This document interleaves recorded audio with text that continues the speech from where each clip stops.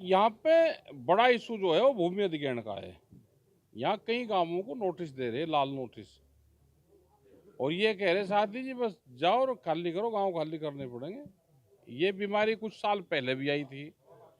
ये धीरे धीरे भूमि अधिग्रहण का इशू पूरे देश भर में है, ये फैलेगा। मेरे पास है प्योर पाव भाजी का मसाला, प्योर पाव भाजी मसाला, पाव भाजी को टेस्टी बना डाला, सबका राजा आल प्योर मसाला।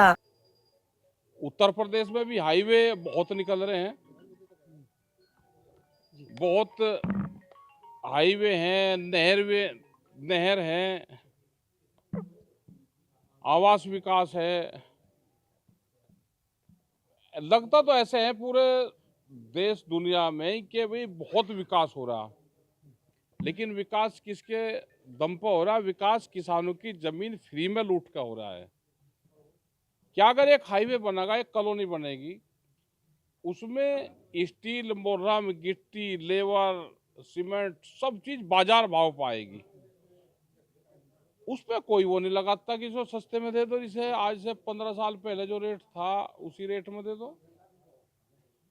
वो बाजार भाव पर खरीदी जाती है, लेकिन किसान की जमीन सस्ते रेट पे, दान में, फर्जी तरीके से उस पर खरीदी जा रही है। क्या यूपी सरकार की गलती मान है कि एक कोई एसओपी नहीं है या फिर नियम बने हैं, नियम को लागू नहीं किया जा रहा है यूपी में? सब ठग ठगे हैं भाई, यूपी सरकार भी ठग ठगी है, अधिकारी भी, सरकार भी, अथॉरिटियां भी, सब मिल लेती है, सब मिल जा। क्या हाईवे बनेंगे किसानों को या किसी आदमी को टैक्स फ्री है फिर उस पर?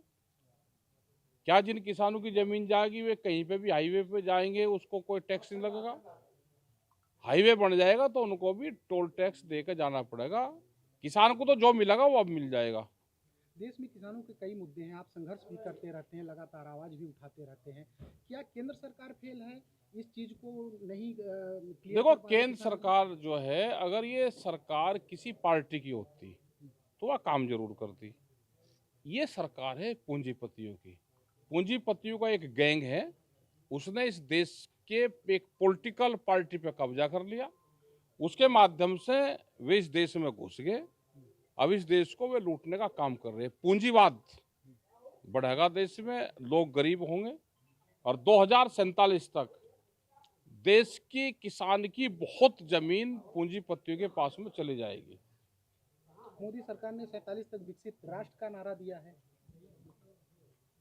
क्या किसानों हाँ, से तो जमीन- विकसित तो राष्ट्र हो ही जाएगा, बिल्डिंग बन जाएगी बड़ी बड़ी, गरीब किसान का वो होगा। जैसे दिल्ली में आप देखो, जहाँ ये कोठियाँ चमकती है, वो कोठियाँ थोड़ा है, उनके पीछे अगर देखोगे तो झुग्गी झोपड़ियाँ है।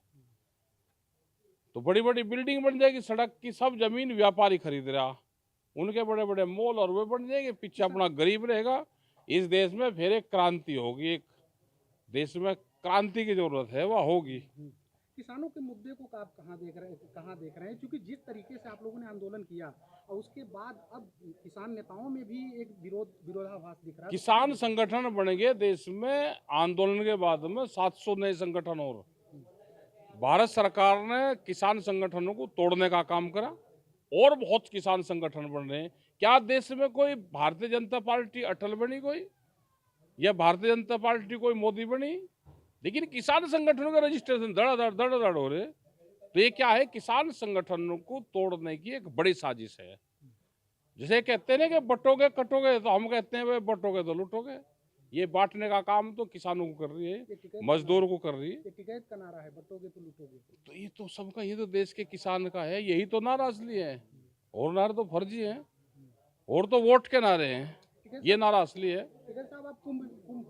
टिकैत साहब आप कुंभ स्नान करने भी गए थे, कुंभ स्नान करने गए, कुंभ हमारा है, कुंभ हमारा है, तो क्यों ना जाए स्नान तो करने। कैसी व्यवस्था दिखी? व्यवस्था बढ़िया थी, ठीक थी, व्यवस्था में कोई दिक्कत नहीं।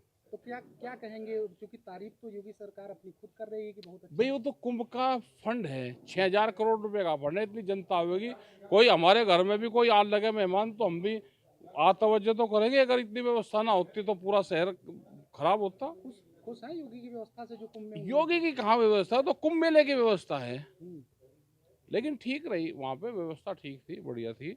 और कुंभ जो नहीं नहाया उसका ये इलाज रखेंगे। कई साल लोग को कहूँ जाएंगे ये हिंदू है ही नहीं, कुंभ नहाए नहीं, हिंदू है ही नहीं, और कोई काम नहीं करने के। हमने सबको कहा भाई कुंभ नहा लो, अब भी मौका है। होली तक ये नहा लो, जिसको भी नहाना, चलते हुए जल में, वो चाहे खेत का जल, मिट्टी में जो जल चल रहा है उसमें स्नान करके अपने फोटो घेर दो, नहीं तो फजीता बांट देंगे उसका। क्या कहेंगे वो? फजीता बांटेंगे।